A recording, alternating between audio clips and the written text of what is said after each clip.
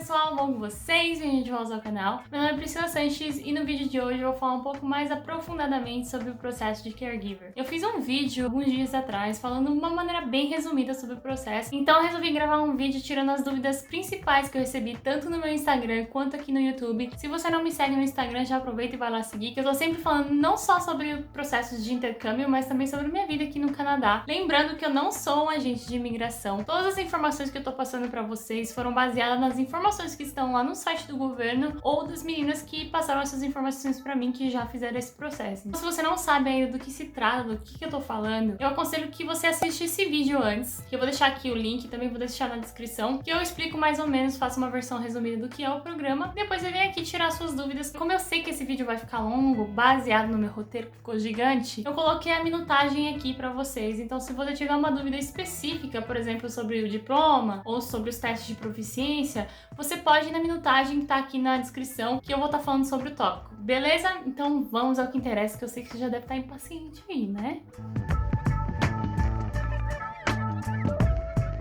Para começar, eu acho importante ressaltar que esse não é um programa de intercâmbio. Eu sei que as pessoas tendem a comparar muito, inclusive eu mesma comparei bastante com o programa de au pair, porque a base do programa é basicamente a mesma. Você está saindo do seu país para trabalhar para uma família estrangeira e cuidar de crianças. Mas o programa em si é muito diferente do programa de au pair, porque não é um programa de intercâmbio, é um programa de imigração. Ou seja, quando você aplica para ser caregiver, você não está apenas aplicando para ter uma permissão de trabalho, mas também para a residência permanente, que você vai finalizar depois que você conseguir as horas necessárias de trabalho para ser elegível para ser residente. Outra coisa também que eu notei é que muitas pessoas estavam procurando lá no site do governo do Canadá e estavam achando o programa antigo, que já foi encerrado. Então tudo que eu tô falando aqui é do programa novo, do piloto novo. Se você for fazer pesquisa dentro do site, eu aconselho que você já vá pelos links que eu deixei aqui, porque já são os links certinhos do programa novo. O programa antigo é muito similar, também era um programa de caregiver, mas ele já foi finalizado e eles abriram um programa novo, que é esse que eu estou falando a respeito, que começou em 2019, então não faz nenhum ano, acho que foi junho de 2019 que eles lançaram, e é por isso que é tão difícil achar informações sobre esse programa em específico, porque ele é muito recente. Outra coisa também é que, pelo fato de eu ser de Montreal, as pessoas acham que esse programa é válido pro Quebec, mas ele não é, ele só pode ser feito fora da província do Quebec. Então ele vale pro Canadá inteiro, e se você tem esse sonho de morar aqui, você pode aplicar, fazer esse programa, e depois que você pegar sua residência, você muda para o Quebec. Mas para fazer o processo de imigração, para trazer as pessoas, só pode ser feito fora do Quebec. Enfim, eu só queria falar essas duas coisas porque eu recebi muitas mensagens falando isso. Então eu queria, deixar claro que são programas diferentes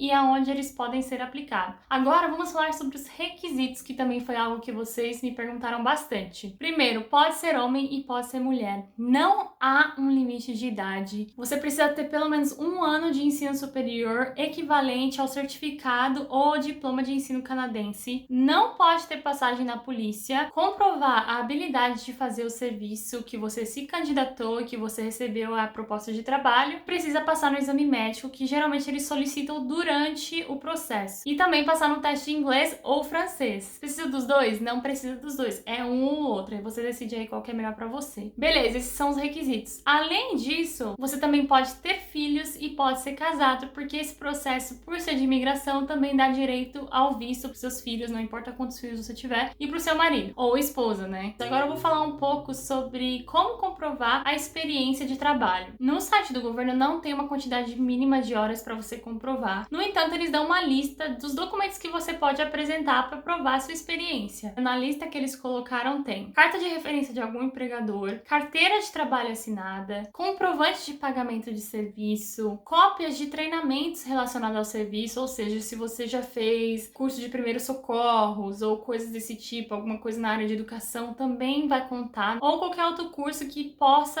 ajudar ali ao oficial tomar aquela decisão, né? Pô, essa menina tem experiência com educação, ela deu aula de inglês, já é uma coisa a mais, que você trabalhou com crianças na área de educação. Fora isso, você também pode adicionar qualquer outros documentos extras que você acha que seja relevante aí pro oficial tomar essa decisão. Se você já foi au pair, você provavelmente tem foto com as crianças que você cuidou, então você pode colocar foto com as crianças, ou você pode pedir para sua host fazer uma carta explicando do seu trabalho. E outra coisa também, essas experiências, elas não precisam ser pagas. Então, por exemplo, se você fez um trabalho voluntário, cuidou de criança, tem muitas pessoas que fazem trabalhos nos hospitais, fazem apresentações para as crianças e tudo mais, isso também conta. Quanto mais evidência de que você tem capacidade de lidar com crianças, de trabalhar com crianças, melhor. Então, o fato de não ter um mínimo de experiência é muito bom, mas é importante sempre lembrar que o oficial tá tentando ver se você tem capacidade de exercer aquela função. Então é isso, apresenta quantos documentos você puder, quanto mais melhor. Outra coisa também que vocês me perguntaram bastante é sobre a equivalência do diploma. É confuso porque aqui no Canadá, uma pessoa pode fazer o certificado de 1 ano e ser considerado como ensino superior, ou fazer a faculdade de 2 anos e também ser considerado como ensino superior. Então, eu quero que vocês tenham em mente que vocês precisam apresentar um documento que demonstre que você tenha um ensino equivalente ao ensino superior ou certificado do Canadá. E também o curso precisa ter sido concluído, ou seja, se você fez 1 ano de faculdade e não concluiu seu curso, ou se você fez 3 anos e ainda assim não concluiu, você também não pode. Precisa ser realmente o diploma do curso que você está apresentando. E sobre os técnicos, né, que bastante gente perguntou também. Eu acredito que o ensino técnico não seja considerado ensino superior aqui no Canadá, porque no Brasil o ensino técnico pode ser feito junto com o ensino médio. Por exemplo, quando eu fiz a equivalência do meu diploma para entrar na faculdade aqui no Canadá, mesmo tendo concluído o técnico de informática, ele não foi considerado ensino superior, justamente porque a grade dele não é equivalente à grade de ensino superior do Brasil. Fora isso, se for ensino superior, sendo ele à distância ou não, eles aceitam, não tem problema. A única forma de garantir se esse seu diploma é válido ou não é realmente fazendo a equivalência do seu diploma. Desculpa se eu te desapontei com as respostas, mas é isso. Eu queria muito poder falar com certeza a respeito disso, mas são as informações que a gente tem até agora, porque realmente é um programa muito novo. Se alguém aqui for caregiver pelo piloto novo e tem essas informações, por favor, comenta aqui, porque é sempre bom. Quanto mais pessoas veem esse vídeo, quanto mais pessoas juntando informações, melhor, porque daí eu posso fazer uma versão atualizada, né? Aí o ECA, que é essa equivalência do diploma, ele pode ser feito pelas instituições que estão lá no site do governo, que eu também deixei o link aqui na descrição. Esse documento tem validade de 5 anos, então, por exemplo, se você fez agora, você tem 5 anos para conseguir aí achar uma família, que esse certificado vai estar válido. Agora vamos falar sobre a proficiência do idioma. Você precisa demonstrar que tem o requisito mínimo, que é o CLB5 em escrita, fala, escuta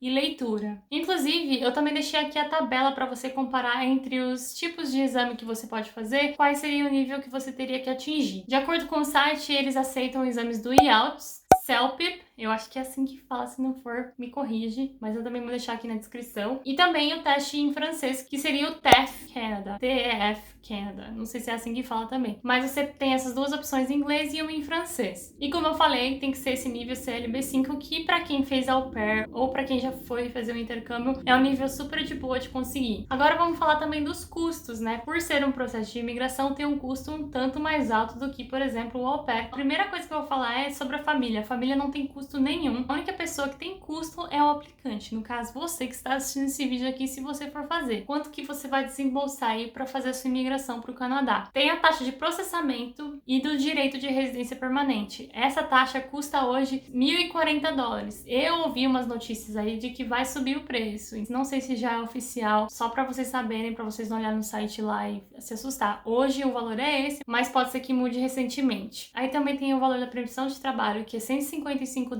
a biometria, que é $85, o exame de inglês, que daí também vai variar qual o exame que você for fazer, então você realmente precisa verificar lá no site deles, porque também esse valor pode mudar a qualquer momento. O exame médico, que é em torno de $300, na minha época eu acho que eu paguei $280, mas o meu processo era diferente, então eu não sei nem porque eu tô falando isso. A equivalência do seu diploma, que é em torno de $300 também, lembrando que essa equivalência vale por 5 anos, então é um investimento que você faz agora, mas aí você tem um tempo ainda para achar as famílias. E os gastos extras com tradução de documento, aí também vai variar muito. Quais os documentos que você vai estar traduzindo, aonde, se é oficial, se não é, também o preço vai variar, mas esses são os preços de base. Então, se você tá pensando em fazer esse programa aí, já tem em mente mais ou menos aí quanto que você vai gastar. Agora vamos falar sobre achar as famílias, né, que também foi algo que vocês me perguntaram bastante, principalmente por causa do tempo de espera desse processo, né, que pode ser até então de até 12 meses. Mas, gente, eu queria ressaltar que esse tempo que eles colocam de até 12 meses é porque é um programa muito recente e eles não têm dados o suficiente para te falar, não, Não, esse processo vai ficar pronto em 6 meses, esse processo vai ficar pronto em 1 ano e meio. Tanto que se você olhar hoje no site do governo, eles nem dão uma data específica, porque realmente não tem um número suficiente de pessoas para dar uma estimativa. Mas será que tem família disposta a esperar por esse processo inteiro? Tem. É fácil de achar? Não. Eu assisti vários vídeos antes de fazer esse vídeo de meninas de outros países que fizeram esse processo novo. E a dica mais comum que eu ouvi entre elas foi: procure família nas cidades menores, que não tem tanta gente, que essas famílias tendem a estar mais dispostas a esperar pelo tempo de processo. E depois que você vir que você já tá com o seu visto certinho, que você não tem o seu visto vinculado ao empregador, você procura uma família nas regiões que você gostaria de morar. Eu, particularmente, acho isso meio sacanagem com a família, né? Os caras esperam 1 ano e você chega lá e fala assim, tchau e benção. Mas eu quis falar porque eu sei que às vezes você tá desesperada, você quer sair do país de qualquer forma, você tá com seus documentos aí tudo em dia e não consegue achar uma família, então essa foi uma dica que eu vi as meninas dando. Outra coisa, é muito importante que você tenha uma lista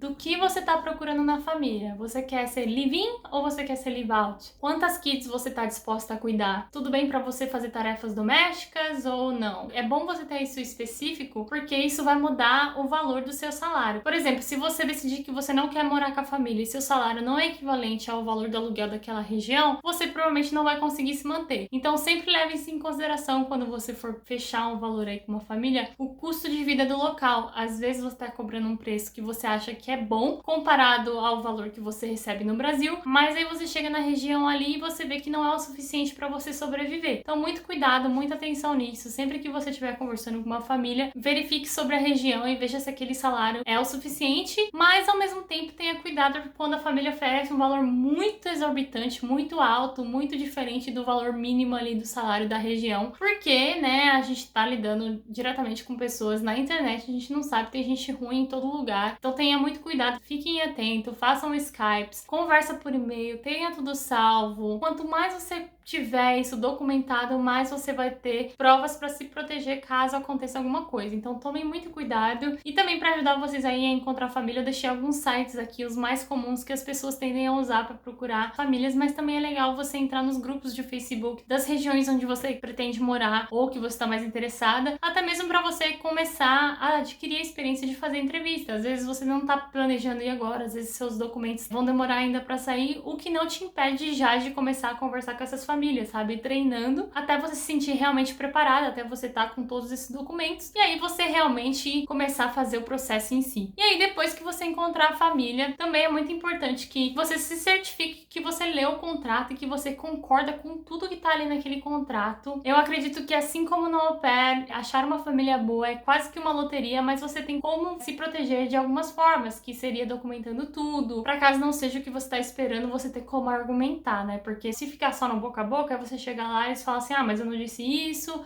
você disse sim, e aí você vai ter um atrito sem ter provas do que você está falando. Também diferente do au pair, esse é um programa de trabalho, não é um exchange cultural. Vou bater nessa tecla umas 20 vezes. Você tá indo para trabalhar. Pode ser que provavelmente você não vai ter a mesma vibe que você tinha com a sua host family nos Estados Unidos, que você morava com eles. E também é óbvio, mas vou falar aqui que esse programa é regulamentado pelo governo. Então se você sofrer qualquer tipo de abuso, seja psicológico ou seja um abuso físico, você tem o direito de entrar em contato com a polícia, com a imigração, fazer o que for possível para se proteger. Pede ajuda, liga pra polícia, fala com alguma amiga sua. Lembre-se sempre que a gente é imigrante, mas a gente tem direitos. Principalmente quando você vem com um visto certinho, que você passou por toda a burocracia, que você fez todos os checklists, que você fez tudo que era para ser feito, e aí você chega aqui e você sofre um abuso. Então é muito importante isso, que vocês tenham isso em mente, que vocês não estão fazendo nada de errado. O governo regulamentou esse programa justamente para que você venha pro país e tenha uma experiência boa, que você ajude o país a crescer, né? Aqui no Canadá, eu não sei se o resto do Canadá é assim, mas aqui no Quebec, os pais esperam até 2 anos para conseguir uma vaga na escola para a criança poder ir para a creche. Por isso que muitas pessoas acabam optando por contratar uma nanny, mas é o que eu falei, tenha muito cuidado e use todas as ferramentas que você puder para se proteger, porque a gente, quando é imigrante, tá sempre num estado muito vulnerável. Enfim, vamos falar agora sobre o tempo de processamento. O tempo de processamento é uma incógnita. Quando o processo foi anunciado era 12 meses, mas se você você olhar agora no site, não tem um tempo específico. Eu acredito que seja justamente porque não tem pessoas suficientes, não tem dados suficientes para eles darem uma timeline, se vai ser 6 meses ou se vai ser 1 ano e meio. Então é muito difícil de saber quando que você vai receber todos os documentos aí para você poder fazer seu embarque. Eu também procurei nos grupos do Facebook se alguém já tinha iniciado esse processo pelo programa novo e se já tinha finalizado, e eu não achei ninguém. Então, se você já fez esse processo, se você já finalizou, se você tem a sua experiência, pode compartilhar, deixa o seu comentário aqui que eu tenho certeza que vai ajudar muitas pessoas. E eu também deixei um link aqui na descrição para você verificar o tempo de espera caso você esteja vendo esse vídeo daqui 5 anos, sei lá, você está vendo em 2025, então você provavelmente já tem dados suficientes, então você pode verificar pelo link que eu deixei aqui na descrição. Lembre-se que esse processo foi lançado em 2019, em junho, faz menos de 1 ano, então é por isso que é muito difícil achar informações, é por isso que até para mim pesquisando para passar as informações para vocês foi muito difícil de achar. Desculpa se ficou meio vago aí a questão do tempo de processamento, mas foi o que eu achei, então eu espero que isso ajude pelo menos a você a se aquietar um pouco, porque não é você que não tá achando, é porque realmente não tem essas informações. E para finalizar, eu vou dar aí algumas dicas para você que tá realmente focado aí, decidiu que vai fazer o caregiver, quer encontrar uma família e não sabe por onde começar. Primeira coisa, leia a checklist lá do site do governo do Canadá, eu deixei o link aqui na descrição. Lá tem tudo certinho, dos documentos que você vai precisar enviar, dos formulários que você vai precisar preencher, tem tudo lá. Então leia quantas vezes for necessário, se você quiser também tentar começar a preencher já para você ter mais ou menos uma ideia do que você vai precisar fazer, é uma boa ideia também, porque daí você vai adiantando para quando você achar a sua família. Outra coisa também é que se você realmente quer fazer esse processo, é muito importante que você tenha todos esses documentos em mãos quando você achar a família, porque a família não vai querer esperar, ela já tem que esperar o tempo de processamento. Imagina se tiver que esperar você ainda fazer o teste de inglês, ter que fazer a tradução do seu diploma. Então essas coisas que você pode adiantar, já vai adiantando. Como eu falei, o ECA vale 5 anos e o teste de inglês vale por 2 anos, o que eu acredito que seja tempo suficiente para você encontrar uma família. Fora os que eu citei, prepare todos os documentos que precisam de tradução pelo mesmo motivo. Geralmente, além do ECA, eles pedem tradução do seu histórico escolar, das cartas caso os seus empregadores forem brasileiros, dos antecedentes criminais. Então essas coisas que você pode ir adiantando, já vai adiantando, porque quanto mais preparada você tiver para aplicar, quando você achar a família, eles enviando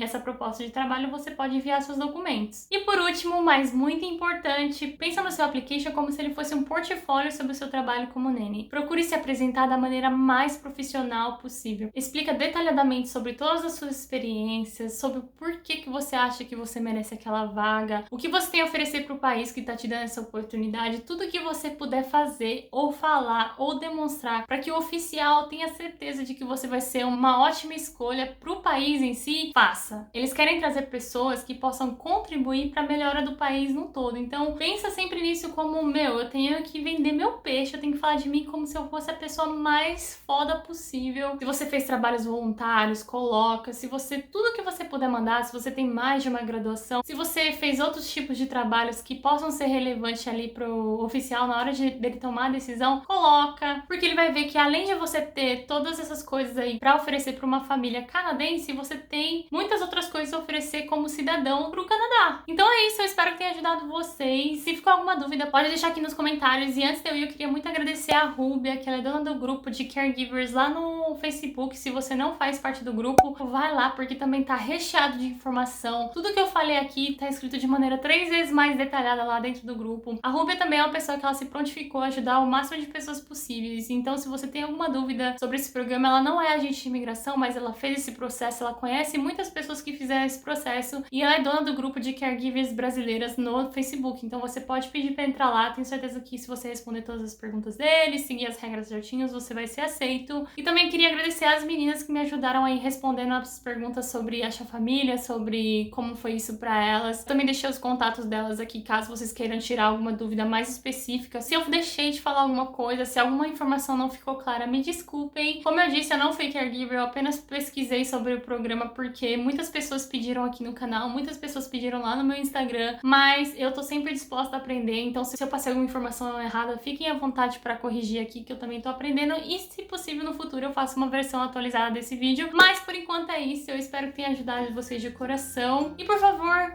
ajuda a gente, não se esquece de deixar seu like, deixa seu comentário se você gostou, se inscreve no canal, vai lá me seguir no Instagram que eu também tô sempre falando um pouco sobre a minha rotina aqui no Canadá, falando da minha vida na faculdade, como tá sendo tudo isso pra mim. Então, o carinho de vocês me ajuda muito. No mais, eu fico por aqui e a gente vai se falando. Um beijo, tchau!